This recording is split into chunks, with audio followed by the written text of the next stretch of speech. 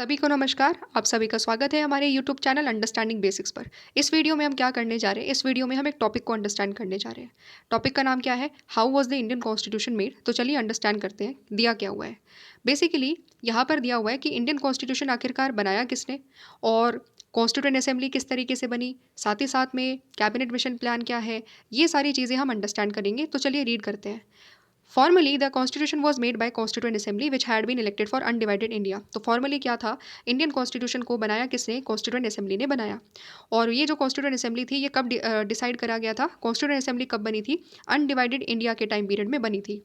It held its first sitting on 9th of December 1946 and reassembled as constituent assembly for divided India on 14 August 1947। तो ये जो constituent assembly हमने बनाई cabinet mission plan के accordingly constituent assembly बनी थी। तो ये इसकी पहली सिटिंग कब होती है? ये इसकी पहली सिटिंग होती है, ये पहली बार मिलती है 9 दिसंबर 1946 में। ठीक है। और ये दोबारा से रीअसेंबल करती है, कब रीअसेंबल कब करती है? 14 अगस्त 1947 को। क्यों? क्योंकि उस टाइम पीरियड में, इस पर्टिकुलर टाइम पीरियड में क्या हो गया था? इंडिया का डिवीजन हो गया था। तो जब इंडिया का डिवीजन हुआ तो जो प्रोविंसेस, जो राज्य पाकिस्तान में एक तरीके से मिला दिए गए थे, जो पाकिस्तान का पार्ट बन चुके थे, वहाँ के जो मेंबर्स थे अब वो इंडिया के कॉन्स्टिट्यूएंट असेंबली के पार्ट नहीं हो सकते। अब वो जाएंगे पाकिस्तान की कॉन्स्टिट्यूएंट असेंबली में। तो इसीलिए क्या हुआ कि जो नंबर ऑफ पीपल थे, number of leaders in the constituent assembly थे, वो कंपैरेटिवली कम हो गए थे आफ्टर डिवीजन। ठीक है। अब यहाँ पर हमें अंडरस्टैंड करना है कि जो कॉन्स्टिट्यूएंट असेंबली के जो मेंबर्स थे उनको कैसे इलेक्ट किया जा रहा था। So its members were chosen by indirect election by members of provincial legislative assemblies. ठीक है। प्रोविंशियल लेजिस्लेटिव असेंबलीज को अंडरस्टैंड करो। इंडिया में क्या था? इंडिया में बेसिकली अलग अलग प्रोविंसेस थे। जैसे मद्रास एक प्रोविंस था, वेस्ट बंगाल एक था, यूनाइटेड प्रोविंस एक था, मुंबई एक प्रोविंस था। ठीक है। तो इस तरीके से क्या हो रहा था? इस तरीके से इन प्रोविंसेस में मेंबर्स थे, बहुत सारे लीडर्स थे। ठीक है। तो इन लीडर्स ने क्या करा? इन लीडर्स ने जा कर के ये डिसाइड करा कि कॉन्स्टिट्यूएंट असेंबली में कौन कौन सा मेंबर जाएगा। इसका मतलब क्या हुआ? इसका मतलब ये हुआ कि जो कॉन्स्टिट्यूएंट असेंबली में जो मेंबर्स थे वो लोगों ने डायरेक्टली इलेक्ट नहीं करा उन लोगों को। जैसे डायरेक्ट इलेक्शन का मतलब क्या है कि लोग खुद वोट करते हैं उन लोगों के लिए, ऐसा नहीं हुआ है। ठीक है। इसीलिए ये इनडायरेक्ट तरीके से इलेक्ट हुए हैं। इनडायरेक्ट तरीके से कैसे हुए? कि लोगों ने डायरेक्टली इलेक्ट नहीं करा कॉन्स्टिट्यूएंट असेंबली के मेंबर को, रैदर जो प्रोविंसेस में जो मेंबर्स थे, जो प्रोविंशियल लेजिस्लेटिव असेंबलीज में जो सदस्य थे, उन्होंने इलेक्ट करा है कि ये डिसाइड करा है उन लोगों ने कि कौन जाएगा कॉन्स्टिट्यूएंट असेंबली में। ठीक है। इसीलिए इस चीज़ को बोला जाता है इनडायरेक्ट इलेक्शन। ठीक है। तो ये अंडरस्टैंडिंग हम लोगों को करनी थी। तो ये जो प्रोविंशियल लेजिस्लेटिव असेंबलीज बनाई गई, ये किस एक्ट के द्वारा बनाई गई? Government of India act of 1935 के द्वारा ये असेंबलीज बनाई गई थी। ठीक है। ये केवल एक जनरल इन्फॉर्मेशन है जो हमें होनी चाहिए। अब हम समझ लेते हैं कैबिनेट मिशन प्लान क्या है। तो बेसिकली क्या हुआ था? कैबिनेट मिशन प्लान ये डिसाइड करता है कि इंडिया में कॉन्स्टिट्यूएंट असेंबली कैसे बनेगी, वहाँ के मेंबर्स, कॉन्स्टिट्यूएंट असेंबली के मेंबर्स किस तरीके से इलेक्ट होकर के आएंगे, ये सारी चीज़ें कैबिनेट मिशन प्लान डिसाइड करता है। तो चलिए अंडरस्टैंड करते हैं कि ये कैबिनेट मिशन प्लान आखिरकार किस तरीके से डिसाइड करता है ये सारी चीज़ें। Each province and each princely states or group of states were allotted seat proportional to their respective population roughly in the ratio of 1:10 lakh। क्या कह रहा है? ये कह रहा है कि भारत में, देखो समझ लो, जब भारत उस टाइम पीरियड में 1947 के आसपास भारत की जो टेरिटरी थी वो दो पार्ट में डिवाइडेड थी, ब्रिटिश प्रोविंस में और प्रिंसली स्टेट्स में। ब्रिटिश प्रोविंस का मतलब क्या है? जहाँ ब्रिटिश गवर्नमेंट का रूल था। प्रिंसली स्टेट्स का मतलब क्या है? जहाँ राजाओं का रूल था। ठीक है। तो इस तरीके से पूरी भारत की टेरिटरी को डिवाइड किया गया था। अब हर प्रोविंस से या हर प्रिंसली स्टेट से कितने लोग आकर के कॉन्स्टिट्यूएंट असेंबली में जाएंगे, ठीक है, ये कैसे डिसाइड हो रहा था? ये डिसाइड हो रहा था पॉपुलेशन के अकॉर्डिंगली। जैसे कि अगर एक राज्य में, एक प्रोविंस में 10 लाख लोग रहते हैं तो उन 10 लाख लोगों पर एक व्यक्ति कॉन्स्टिट्यूएंट असेंबली में जाएगा। और अगर 20 लाख रहते हैं तो 2 व्यक्ति, 30 लाख लोग रहते हैं तो 3 व्यक्ति। ठीक है। इसके अकॉर्डिंगली, पॉपुलेशन की प्रपोर्शन के अकॉर्डिंगली ही वहाँ से लोग क्या हो रहे थे? लोग इलेक्ट करे जा रहे थे कॉन्स्टिट्यूएंट असेंबली में। ठीक है। इसकी वजह से क्या हुआ? प्रोविंसेस में जो ब्रिटिश प्रोविंसेस थे, जो डायरेक्टली अंडर ब्रिटिश रूल थे, वहाँ से उस पूरे सारे के सारे जो प्रोविंसेस थे उन्होंने 292 मेंबर्स को भेजा कॉन्स्टिट्यूएंट असेंबली में। कितने मेंबर्स को? 292 मेंबर्स को भेजा on the basis of the population. वहीं प्रिंसली स्टेट्स ने कितने भेजे? प्रिंसली स्टेट्स ने भेजे 93। ठीक है। प्रिंसली स्टेट्स ने कितने भेजे? Princely states they were allotted a minimum of 93 seats, क्योंकि 93 सीट्स क्यों? क्योंकि प्रोपोर्शन ऑफ पॉपुलेशन के अकॉर्डिंगली, उतनी पॉपुलेशन थी, उस पॉपुलेशन के अकॉर्डिंगली लीडर्स को भेजा गया। ठीक है, तो 292 मेंबर्स आए प्रोविंसेस से, 93 मेंबर्स आए प्रिंसली स्टेट से। ठीक है, second point, seats in each province were distributed among the three main communities, Muslim, Sikh and General, in proportion to the respective population. तो जो प्रोविंसेस में जो सीटें थी वो सीटें भी डिवाइड करी गई थी, मुस्लिम्स के बीच में, सिख के बीच में और साथ ही साथ जनरल्स के बीच में। ठीक है, मुस्लिम और सिख को अलग से सीट क्यों दी गई थी? क्योंकि एक सिस्टम था इंडिया में काफ़ी टाइम पीरियड से, 1919 में एक पर्टिकुलरली एक्ट आया था। ठीक है, ये जनरल आइडिया है, एक जनरल इन्फॉर्मेशन है, बस समझ लो इस चीज़ को। ठीक है, तो 1919 में ब्रिटिशर्स ने बेसिकली एक एक्ट लेकर आया, उसके अकॉर्डिंगली क्या किया, सेपरेट इलेक्टोरेट का आइडिया इंडिया में इस्टेब्लिश कर दिया। सेपरेट इलेक्टोरेट में क्या हुआ कि मुस्लिम के लिए कुछ सीटें रिजर्व कर दी जाएगी। ठीक है, वहाँ पर क्या होगा, वहाँ पर उस सीट पर केवल मुस्लिम मेंबर ही एक तरीके से इलेक्ट होकर आ सकते हैं। अगर मुस्लिम के लिए किया तो फिर साथ ही साथ में सिख के लिए भी किया गया इसी तरीके से। ठीक है, तो जब ये जो था ये केवल एक क्राइटेरिया था, एक अलग तरीके से, क्योंकि मुस्लिम और सिख माइनॉरिटीज़ में से एक आते थे, इसीलिए इन माइनॉरिटीज़ को स्पेशल रिप्रेजेंटेशन के तौर पर उनके लिए सेपरेट इलेक्टोरेट दिए गए थे। ठीक है, तो ये आइडिया सेपरेट इलेक्टोरेट की वजह से ऐसा हुआ कि हमारे यहाँ पर जो प्रोविंसेस थे वो मुस्लिम, सिख और जनरल में बाकी सभी लोग आ गए, बाकी सभी रिलीजन के लोग आ गए, इस तरीके से सीटें डिवाइड करी गई थी। ठीक, members of each community in the provincial legislative assembly elected their own representatives by the methods of proportional representation with single transferable vote. Her community से कौन सा मेंबर जाएगा, ये कैसे डिसाइड किया गया? ये एक तरीके से डिसाइड किया गया, एक मेथड से डिसाइड किया गया। मेथड का नाम है proportional representation single transferable vote. ठीक है, ये आइडिया, ये एक बहुत इंपॉर्टेंट मेथड है।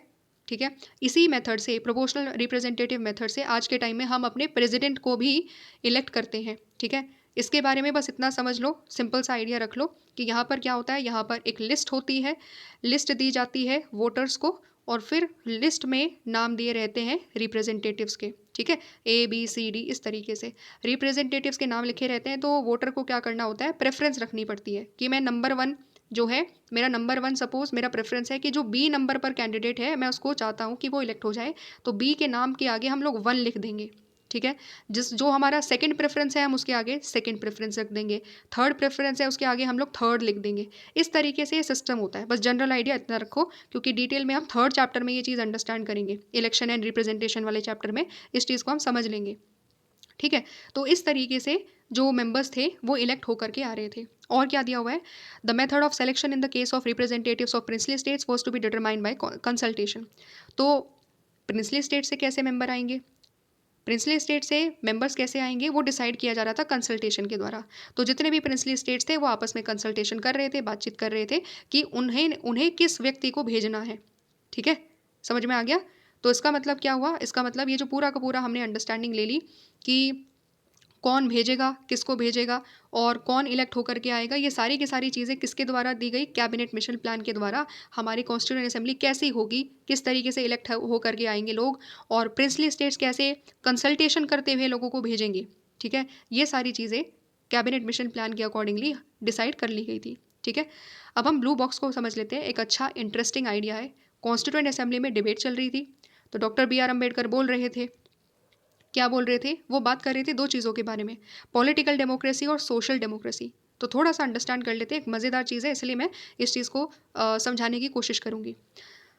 पॉलिटिकल डेमोक्रेसी क्या होता है, पॉलिटिकल डेमोक्रेसी का मतलब ये है कि सोसाइटी में पॉलिटिकली हर कोई इक्वल है। जब हम कह रहे हैं पॉलिटिकली हर कोई इक्वल है, इसका मतलब क्या है, हर किसी के पास राइट टू वोट है।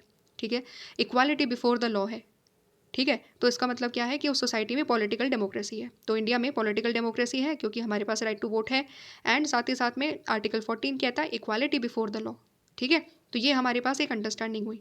दूसरी चीज़ होती है सोशल डेमोक्रेसी। सोशल डेमोक्रेसी का मतलब क्या है, सोशल डेमोक्रेसी के बारे में ही डॉक्टर BR अम्बेडकर ने बताया है। हम उसी चीज़ को अंडरस्टैंड करेंगे कि आखिरकार सोशल डेमोक्रेसी क्या होती है और इसके अंदर क्या क्या चीज़ें आती है। What does social democracy means, it means a way of life which recognises liberty, equality and fraternity as a principles of life. तो सोशल डेमोक्रेसी का मतलब है एक लाइफ का तरीका, it is a way of life. और कैसी life, उस लाइफ में 3 चीज़ें होती है, लिबर्टी, इक्वालिटी और फ्रेटर्निटी। जिस लाइफ में जो हम लाइफ जी रहे हैं या जो हमारी सोसाइटी है, उस सोसाइटी में 3 प्रिंसिपल्स होने चाहिए, और वो प्रिंसिपल्स होंगे लिबर्टी के, इक्वालिटी के और फ्रेटर्निटी के। यानी कि ये तीनों चीज़ें हमारी सोसाइटी में होनी चाहिए, तब जा कर के हम कह पाएंगे कि हमारे यहाँ पर सोशल डेमोक्रेसी भी है। ठीक है। अब ये जो तीनों प्रिंसिपल हैं, they form a union of Trinity. Union of Trinity का मतलब क्या है कि ये तीनों कोई अलग अलग वैल्यूज़ नहीं है, ये तीनों एक साथ चलती है। ये तीनों क्या चलती है?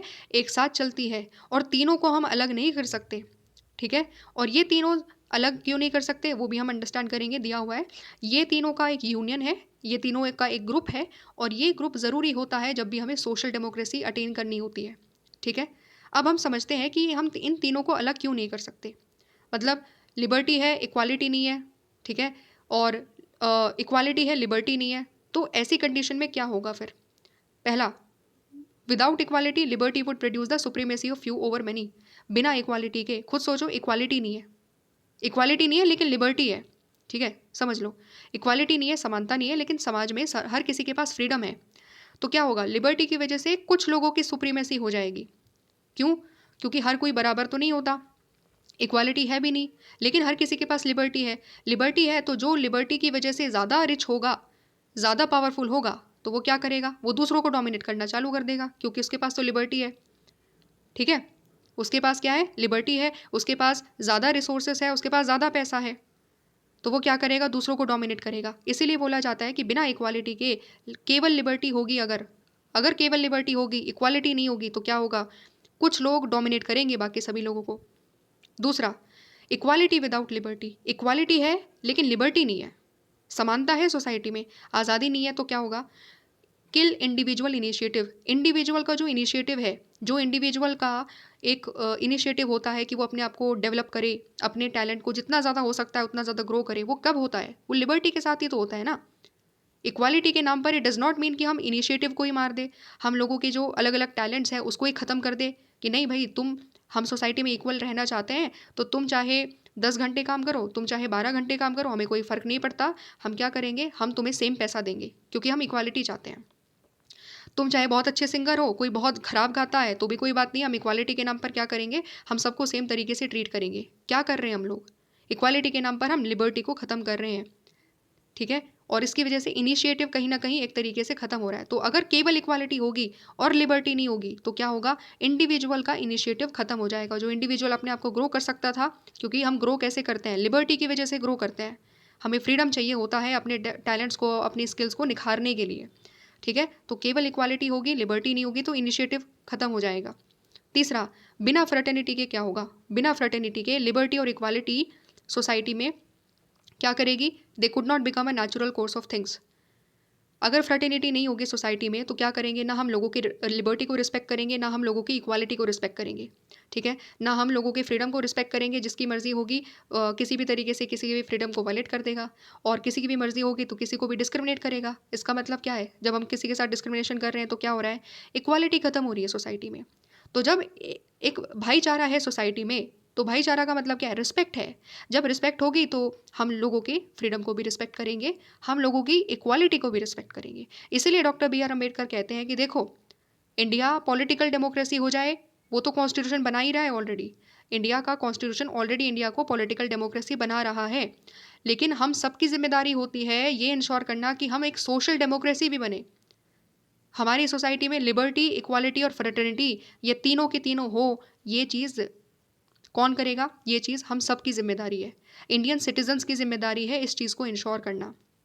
ठीक है। तो ये मोटा मोटा आइडिया था जो डॉक्टर बी आर अम्बेडकर ने कॉन्स्टिट्यूएंट असेंबली डिबेट में दिया। ठीक है। आई होप अब एक अंडरस्टैंडिंग मिली होगी, हमने अंडरस्टैंड कर लिया कॉन्स्टिट्यूएंट असेंबली के बारे में कुछ बेसिक फीचर्स, और साथ ही साथ में एक नया आइडिया जो कि था सोशल डेमोक्रेसी। ठीक है। मिलते हैं हम लोग नेक्स्ट वीडियो में, तब तक सभी लोगों को नमस्कार।